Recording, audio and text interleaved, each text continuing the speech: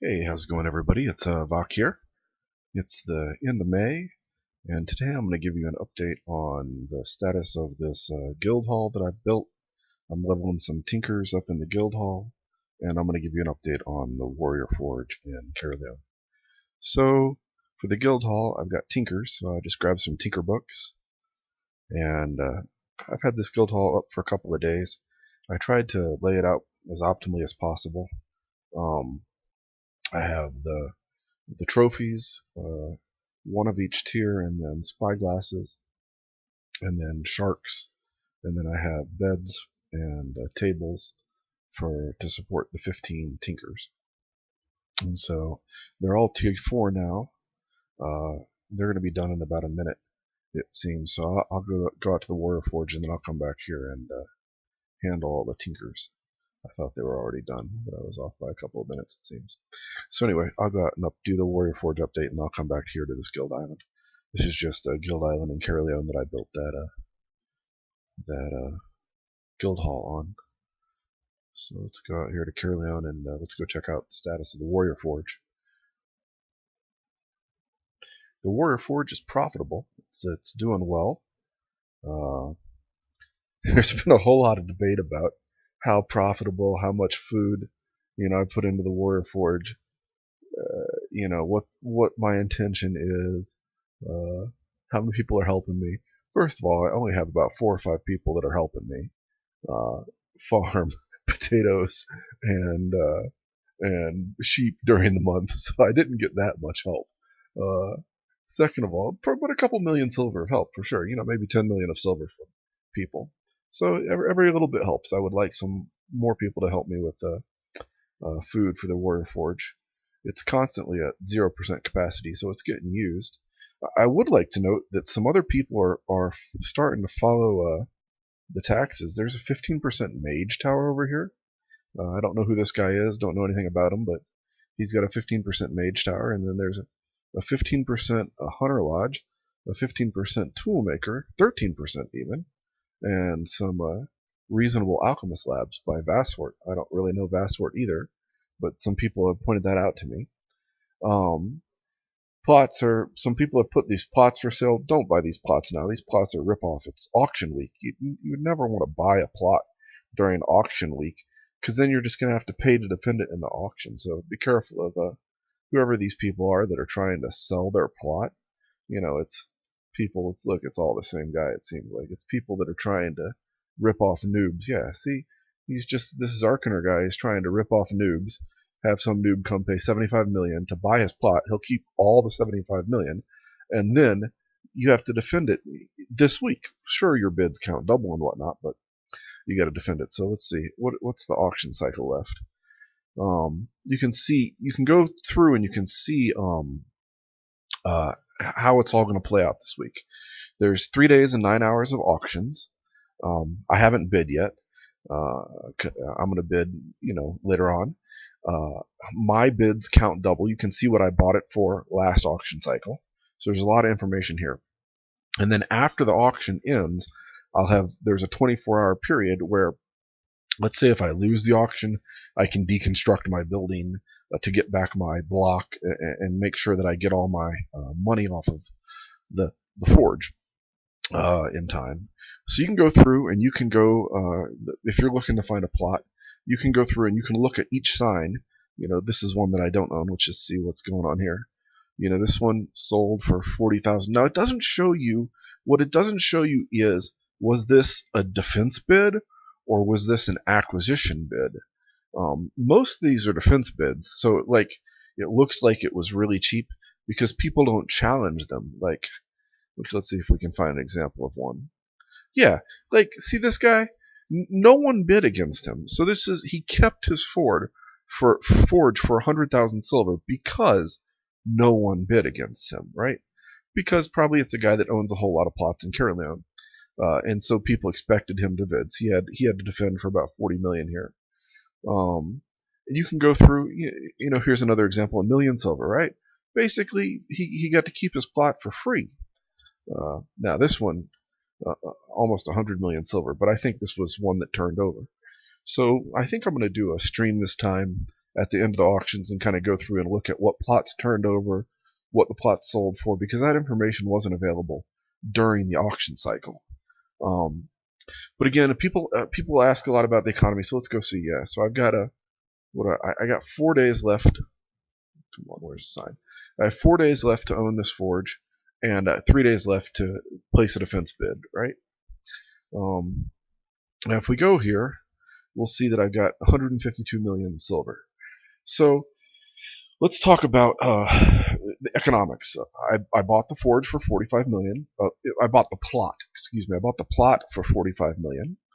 I spent 12 million on the building, of which I can get back. Like if I go to demolish this, let's just go see. I'm going to get back a whole lot of the blocks. So basically, if I were to lose it, I'd get back 239. So what's the difference? 61 blocks times 30,000 silver.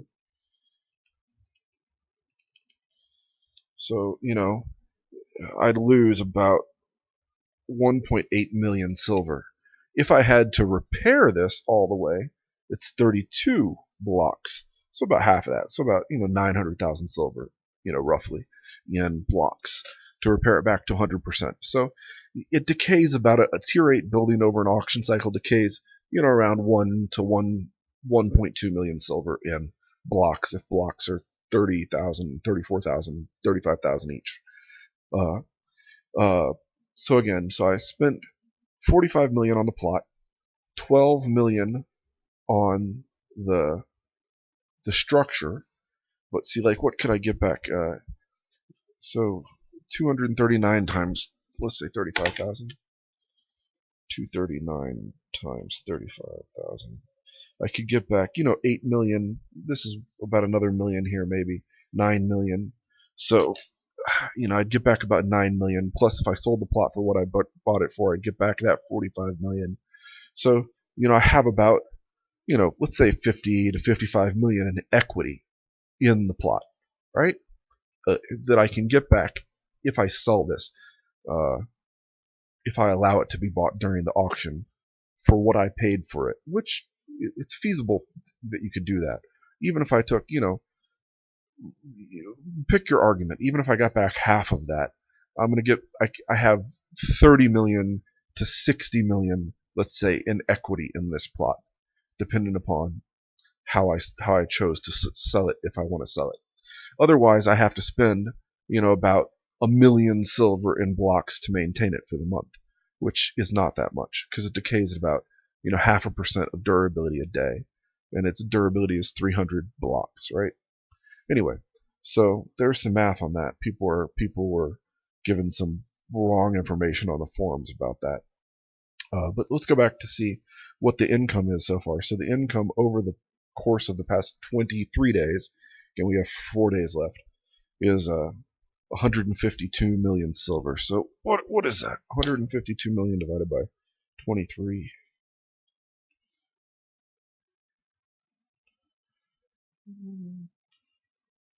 It's about 6 to 7 million silver a day in income, right? Now, the big I should have just kept track of exactly how much I spent on food and exactly how many food I gave this damn thing a day, because apparently that has become the biggest point of contention over this plot. But needless to say, I spent between 40 million silver and 70 million silver of food during this month, feeding this station to keep it topped off, right? And this is where I had a little bit of help. I had, a couple million silver here and there from a couple of people, and some people sold me some materials to make mutton stew, some potatoes and bread and mutton, cheaper wheat or flour, cheaper than the market for at their cost, to help support this forge and this effort.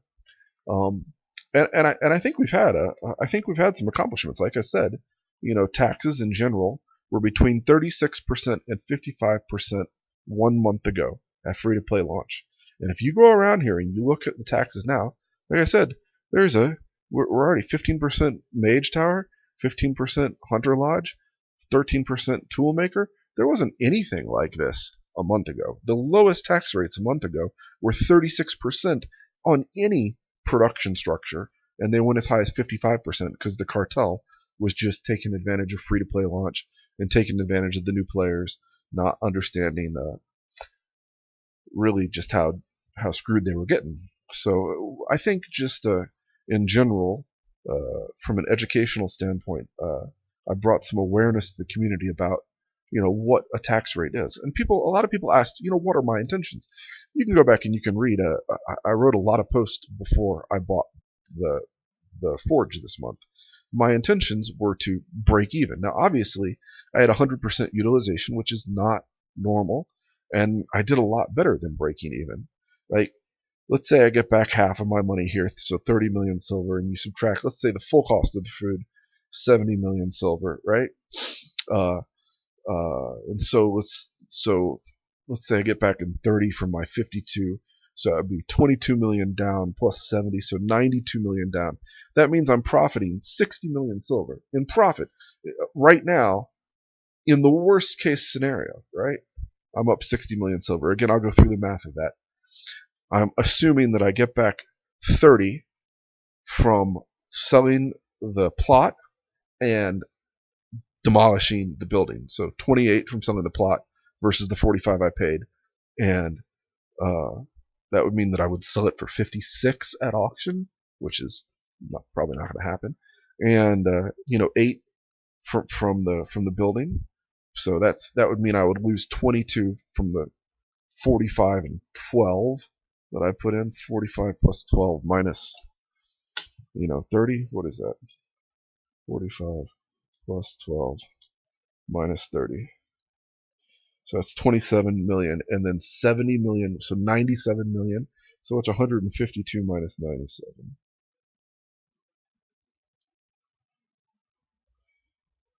Yeah. So assuming 70 million for the food, which is not what I paid much less than that, and assuming I get back only a portion of what I put into it, I'm still up 55 million in profit. Now that was not my goal. My goal was to break even or take a slight loss to run a forge in the public good for a month to demonstrate to the community the severe leverage and gouging that the 36 to 55% tax range, which existed before I entered the Caerleon plot game, was outrageously overpriced and gouging, right? And I think I've adequately and fairly and transparently demonstrated that to the Albion community at large. Now, because I was largely ignored and because the other warrior forges did not compete with me, they just kind of ignored me. If you look, they're still ignoring me.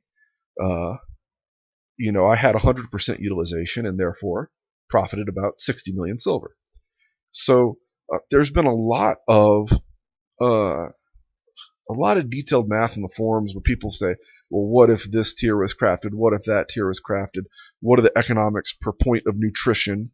Like, you'll come down here and you look at, this thing is going to provide 317 times 2 nutrition. So one mutton stew, which costs whatever it costs, is going to provide 634 nutrition to the station, right?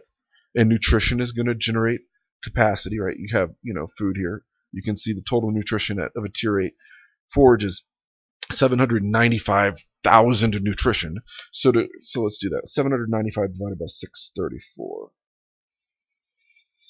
795. Divided by 634. So it takes, about 1,250 stews to go from 0% food supply to 100% food supply. Yeah, see, capacity's down. See, I gotta, people understand. Someone will explain it to them. But yeah, my capacity has been tanked pretty much because this forge is getting used constantly, right? If you look here, it has food, so it's regenerating capacity, right? Up here, it's regenerating capacity, but If you want to craft some, 5 or 10 things or some high tier stuff, you got to wait for the capacity to regen a little bit. Yeah, see, good. This guy is explaining it to him. See, they know what to do. Just hang out for a little bit, and the capacity will come back, and then you can be able to make what you want to make. Yeah, just wait a couple of minutes. See, or go, pay 3 times as much at one of these other forge. Anyway, yeah. So we're talking about the economics, right? So, I feed the forge about 2 to 3 times a day, and I think only once or twice I let it get to 0% food during the past 24 days. I try to have a couple other people watching it that have some of my food to top it off if I'm going to be doing something else. So yeah, you have to attend to it a couple times a day. Just come down here and drop some stews on it, craft some stews. But people try to say, okay, so what if everyone else, cut their rates on the forge? What if the cartel didn't ignore you? Well, my response is, well, screw the cartel. The cartel has been taking advantage of everybody for almost a year. They incrementally jacked up their rates, piece by piece by piece by piece. And of course, the ultimate leaders of the cartel, the ultimate key members of the cartel, are Blue Army, who controls the city. Because Blue Army, over a 27-day period, gets a quarter of this number from every single plot in the city. So on my plot, it's what's 25%, 0.25 of 45 million is 11.25 million silver divided by 27 days is the month cycle. So for my plot, they get what would that be? 416,000 silver a day. I think that's what it is. Let's see. 416 times 27. Yeah. So yeah, Blue Army, from my plot, just from this bid, they get a quarter of this amount spread over the auction cycle. So for my plot, they get 416,000 silver a day, or 11.25 million silver, which is 25% of 45 million for the month. And they get that from all 118 plots in the city. So Blue Army is making hundreds of millions of silver over the month, and has been for the past year, controlling this city. Now I'm sure that the cost Blue Army has to run their big alliance and operation is whatever, but they're making hundreds of millions of silver just from this city, and they own a whole bunch of other cities. You go look around the other cities that they own. Let's see who owns it today. Yeah, Blue Army City territory. Anyway, and they own the other royal cities. So if the cartel members, if they all cut their rates on their forges, I still hope that the community will remember that it's, that there were those of us who came to break them. I don't know this guy, and I don't know this guy, but other people are going to try to work with me this month and provide fair anti-cartel plots at break-even or small loss, small profit rates. And again, there's a lot of variables. So what's a fair rate? The parity rate is 12.5%. Like if you look in the game and you look at the cost to nutrition per item value, and you take item value and you divide by nutrition at nutrition item value, the system values, the parity rate to operate a forge would be 12.5%, right? And again, I get that by taking, like the item value, which you can see, item value, right, of the item, and then the item value of the food, the nutrition value of the food, and the system item value of the food, And then you look at the operational costs of the forge, which change based on the tier of gear, and you calculate the expected parity value, it comes out to 12.5%, right? So if everything in the game sold proportional to the item values, I'm not saying it's sold at the item values, but if it's sold proportional to the item values, the parity tax rate would be 12.5%. Now it's not in parity, so I think a fair rate is probably somewhere between 12% and 20%, right? And I think probably 25% is not gouging for a warrior forge or a toolmaker or a hunter lodge or a mage tower. But I think anything over 25% is clearly gouging. And the community shouldn't use it. And you can tell this because if you go look at the associate rates of these structures, the associate rates are all reasonable. See, 15% associate rates, right? And these guilds aren't putting their associate rates at somewhere where they're going to lose consistently, right? So all I've done is I've provided a public forge at what all these other people who are criticizing me have their associate rates at anyway, right? Because they've calculated the parity cost of the food. They've done the same math that I've done, and they know that they're breaking even or taking a slight loss, and they're making more money because since everybody knows, like, all of these are owned by the same guild, right, and have been owned by the same guild since launch. This is Sun's corner of Caerleon. Sun, Frank Sinatra, Saya has owned this whole section of Caerleon since launch. And since everybody knows they're going to defend it, they keep control of it very cheaply, which even allows them to have associate rates under 15% because they're not having to pay to defend them. Let's just run up over there for a second and look at that. You'll see that basically no one bids on their plots.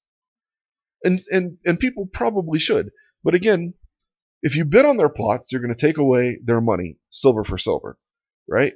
But you're given a quarter of that money to Blue Army, right? And through the cartel, Blue Army is subsidizing the bids and defense bids of some of these structures, right? So 20 million to keep this structure, right? That's half of what I paid to take one. 376,000 silver to keep the structure. Nothing, right? 1 million silver to keep the structure, right? 200,000 silver to keep the structure. See, no one even posts nuisance bids. If you don't like how this system is working, you should come in here and let's say you have 5 million silver, 10 million silver.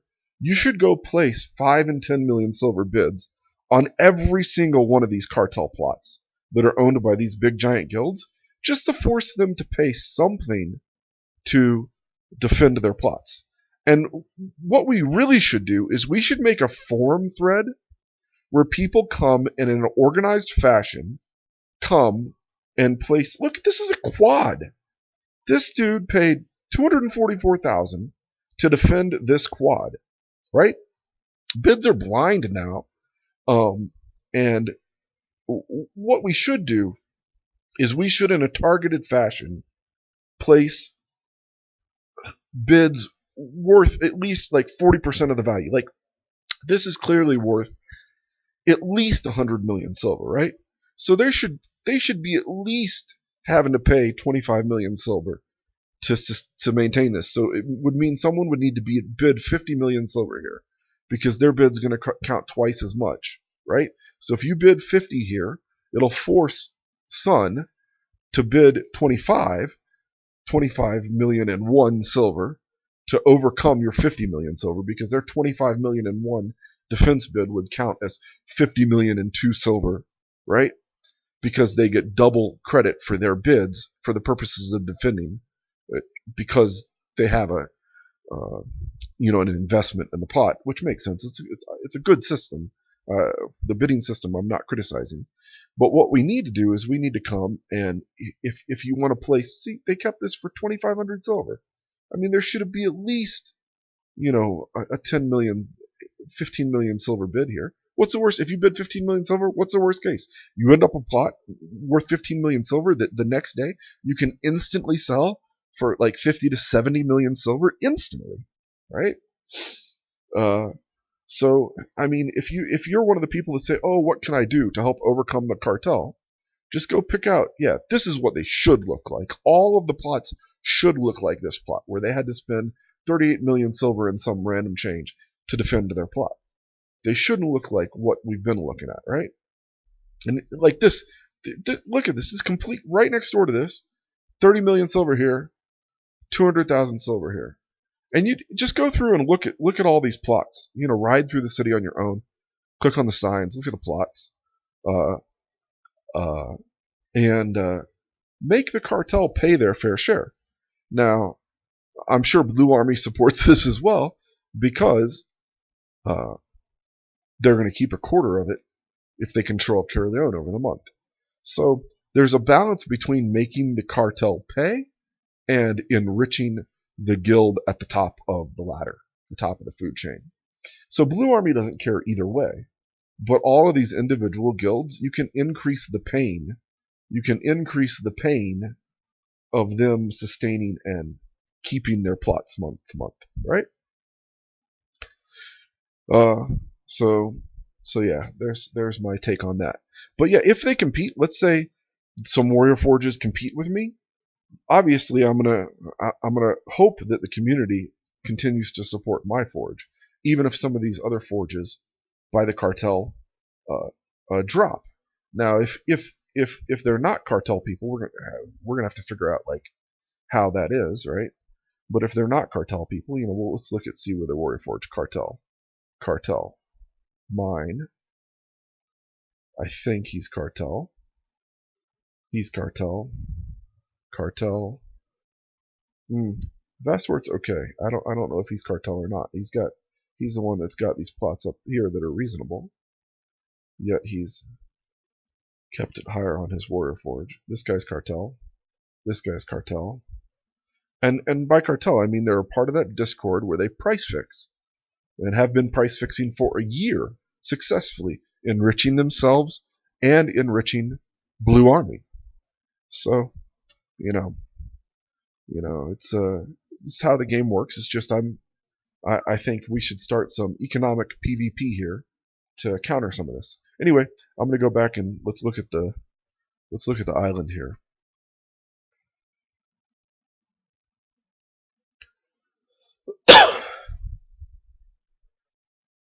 So I went ahead and built this guild hall to tier 8, but you can do the same thing with a tier 6 guild hall or tier 7 guild hall. There's no reason really to go to tier 8 unless you're going to process tier 7 and tier 8 books at max happiness. But I just did it to make a Gucci guild hall. Okay, so see, they're all done with their 22 hours of work. So you can go back here and you can see, it's kind of hard to see, but there's 2 colors of green here.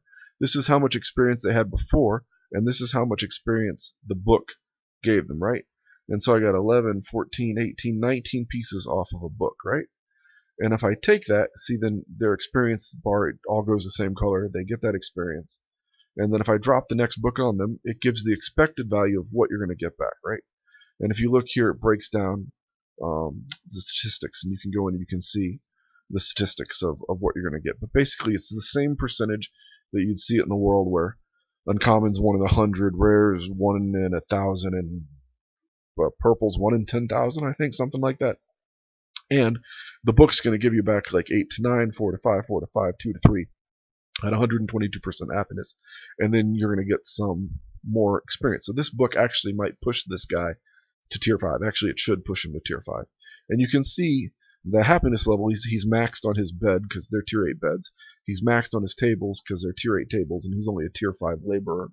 And I've got the most trophies that I think I can give to him right now. Maybe I could get a little bit more trophy fame, but I don't know. These sharks add to more than 5 laborers. So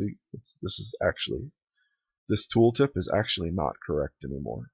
But there's just a lot of things in the game that are incorrect, that are legacy. So they all have their own little names. I kind of like that. And you can see this shows his happiness per tier, right? Because he's still tier 4, he can't be maximum happiness. Once he's tier 5, he'll max out at 150%.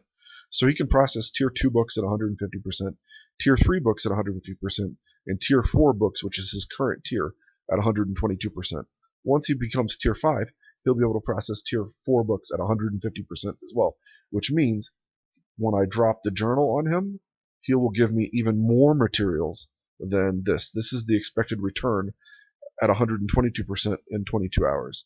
But if he's happier, he'll give me even more materials from the same tier 4 book once his happiness is able to increase once I level him to tier 5, and so on and so forth. So it's basically the same for each of them. I pick up the material, drop off a book, right? I'm holding my mic so I can't control click right now. You can control click to do this a little bit faster. And this is why I did the layout this way, so that it's efficient to run through here and just pick up the materials and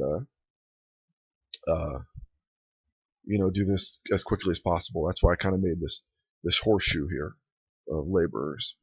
And then tomorrow, I guess the next time I'll show you this, I'll show you what happens when they hit max tier. There's a button that pops up that says advance to the next level, and you have to click it. Like, there's no option to keep them like down leveled, and so you just advance them to the next level, and then you can just keep feeding them books, and you can feed them the books of the higher tier. There's two types of books you can feed them. You can feed them the actual journals, which are you can see there's empty Tinker journals and full Tinker journals. It takes 1200 fame to fill up the journal, right? Or you could feed them a generalist journal. I'm just feeding them the actual journals. I haven't really done the math on do you get a whole bunch more fame if you feed them one versus the other. I don't really care. Eventually they'll hit max level, and then I can feed them the higher level books, which is the ultimate goal. So 22 hours from now, I come back and these guys will be done, and they'll all have a little bit more fame. They each have a little bit of different fame because their fame goes up based on what they give you back. So like some days they have a bad day, some days they have a good day, and what I mean by that is it's one or two materials different than the other guy, or they give you this rare material which gives them a little bit more progression, right? So that's why they're not all exactly the same fame, because the amount of fame they get is somewhat correlated to what they return. We'll drive around the castle to show you a whole big castle here. The guild hall supports 15 laborers, so they each need a bed, they each need a table. A table supports 6 of them, so 6, 12, 18. Then each of these gives them supports 3 dudes, so 3, 6, 9, 12, 15 times tier 1 or tier 2, 3, 4, 5, 6, 7, 8, and then spyglasses, which I just had laying around. Spyglasses are back from legacy item from launch. And then sharks. Apparently you only need 2 sharks.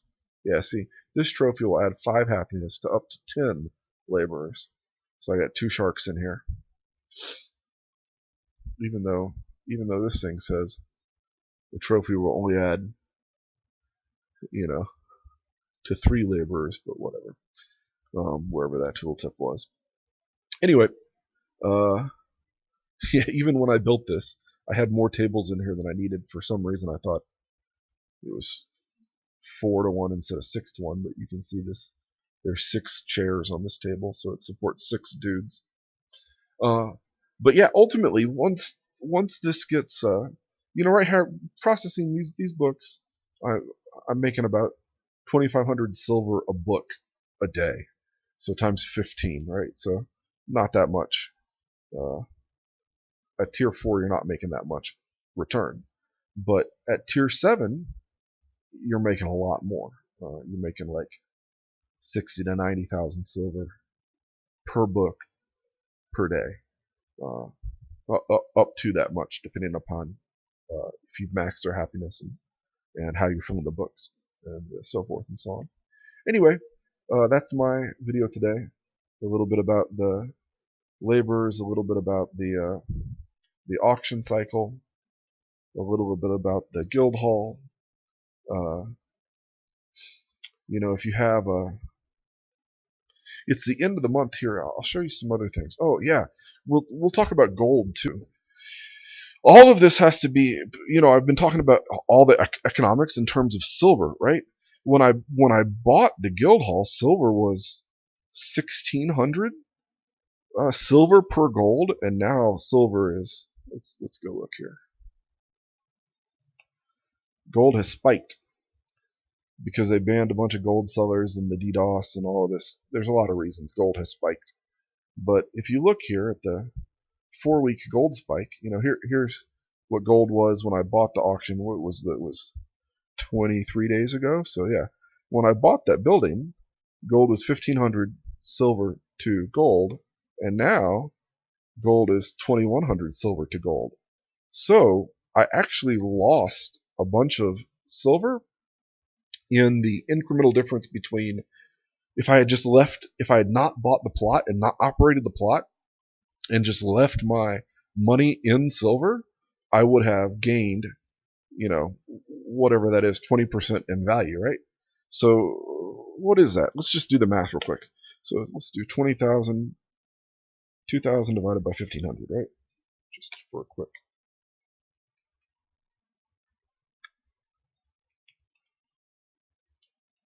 So it's like 30.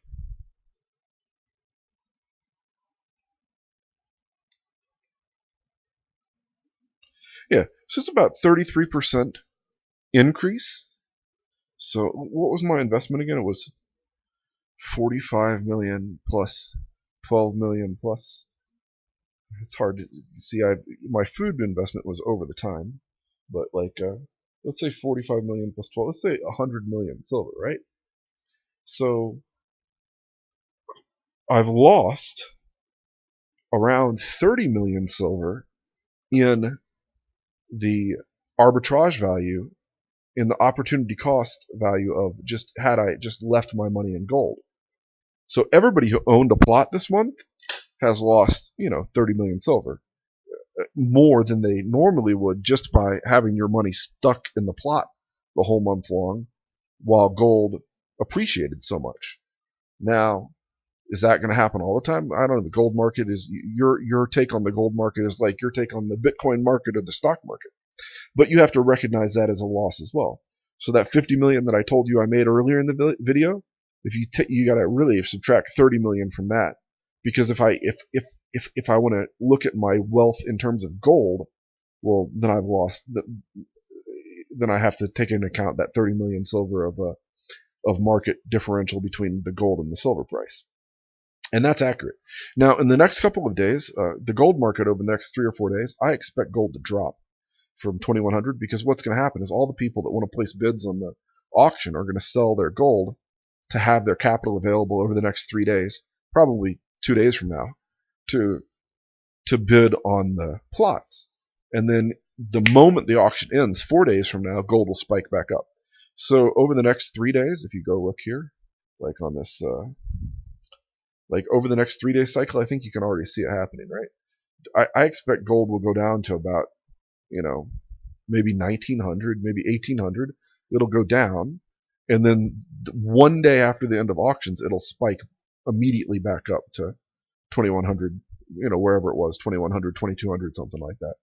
So expect a drop and then precipitous uptick just because of the end of the auction cycle. And you can look, that happens every single auction cycle, where there's a drop the day of the last day of the auction, and then a spike the day after everybody gets their money back out of the system, because you can only bid in plots in silver. I kind of wish the game would let you bid in plots in gold or in silver to prevent this forced market fluctuation every month, but that's how it is. So if you don't participate in the auctions and you want to make some money, you can buy gold on the dip and sell it on the spike, and you'll make whatever you got. You'll be able to make about 20% of whatever you're playing the market there. I'm pretty split right now. I've got 150 million in the plot, 100 million in silver, and 100,000 on gold on this account. I've got a couple of gold capped alts on locked accounts that I don't really even play on, just from way long ago. Um, but on the accounts that I play on, I'm hedged between the gold and the silver. Uh, uh, anyway, yeah, screw these scammers. These guys that are doing these scams should be banned. This type of stuff is scam. You see people playing these casinos and gambles. Screw these guys. Anyway, we're coming here to look at food. So, mutton stews.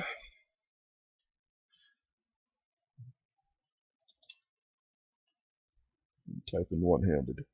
Okay, so mutton stews, and I want to show you how much they've dropped, right? Um, just how volatile it is. If you look over the last 4 weeks of mutton stew values, people talk about, oh, what does it cost to feed your plot? When I bought the plot, the market value of stews was 2,000 silver a stew, right? And today, stews are selling about 900 silver, right? And there's not just a little bit at that. There's a whole lot at under 1,000 silver. Now, I'm not going to talk at length about the food, but what I want to point out is a lot of people who are criticizing me during the course of this month said it's impossible to buy mutton stews under 1,600 silver a stew. And now here we are at the end of the month, and the market value of the stew is under 1,000 silver. So all these people that try to extrapolate based upon, some guy was telling me that my stews, that you should use 2,600 silver as the value of a stew. I mean, come on, get real, people. I don't pay this for my stews. I get them cheaper because I get them from people who help me farm, right? And if you go look at what the market value of the material cost is, right? So it's 12, 12, and 24. So these all sell for about 300 silver each. I can just tell you. So, 48 times 300, right?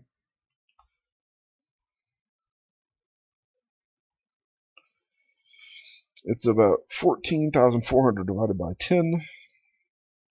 So it's like 1,400 silver a piece, but then you get like times 0.85. It's like anyway, it comes out to be about 600 silver if you focus on them, and it's like 950 silver if you're not focusing them. If you're farming the materials yourself, from the baby sheep and from the the wheat and the potatoes, right? So I would say that my average cost of a mutton stew to operate the plot has been about maybe 700 silver over the course of the month, right? And I mean, so let's do that. And this is what people say, oh, why do you have such a variability when you're assuming what the foods are going to cost? And it's because the market has huge variability over the course of the month, right?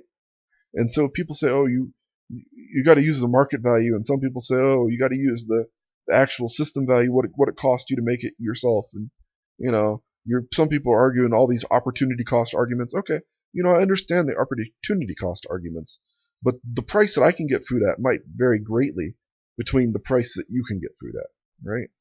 And that's why there's such variability in the market, right? So anyway, so let's say 1,500 food a day times 27. So it's 1,500 times 27.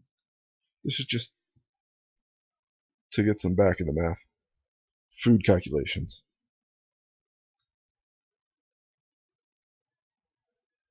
So like 40,500 food times 1,000.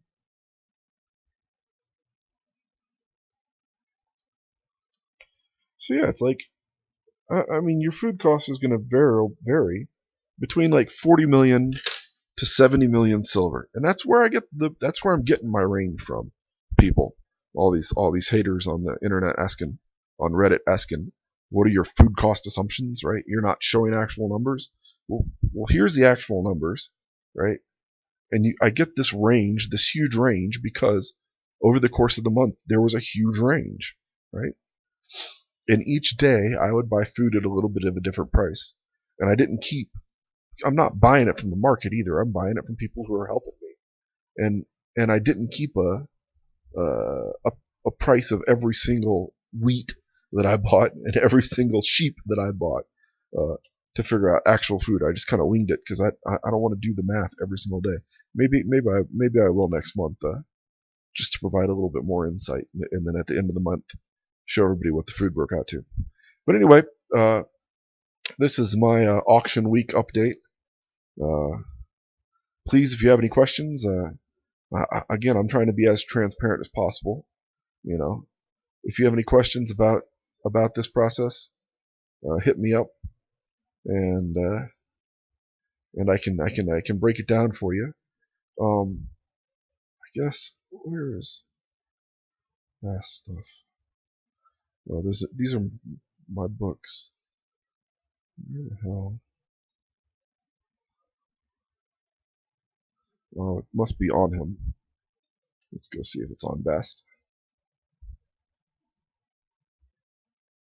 Yeah, so I'll show you my process for feeding the station real quick, just so you can kind of get a feel for.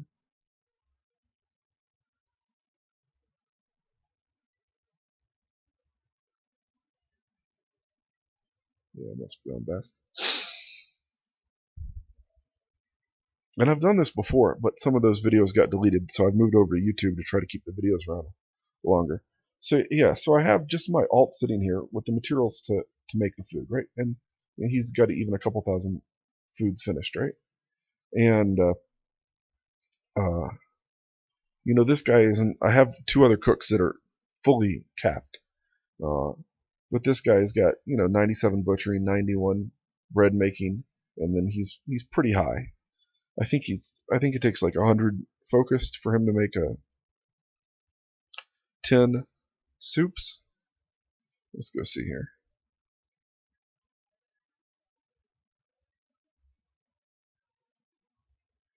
Yeah, 101 focus to make 10 soups. Right. So I come each day and I make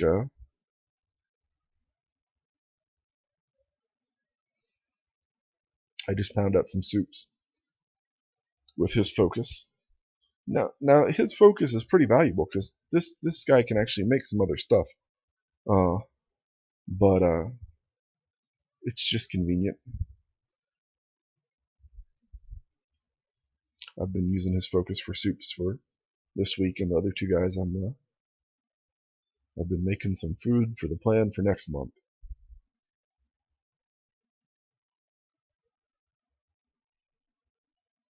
And that's what I did at the beginning of this month. I stocked up on about 8 million silver of food at about 700 silver per mutton stew, when mutton stews were 2,600 silver.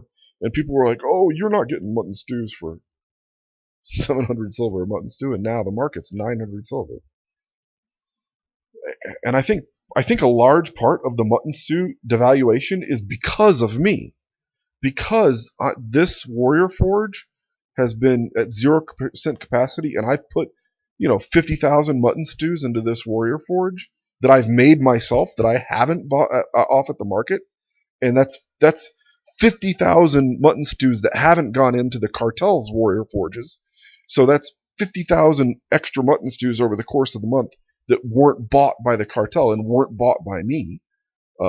And I think I'm a huge part of the reason that the price of mutton stew in Caerleon went from 2,600 silver a month ago to under 1,000 silver now, is because I pulled 50,000 of them out of the market, which is a not insubstantial amount of mutton stew, because I've been making them myself to keep this Warrior Forge capped off all month long, feeding it a couple times a day.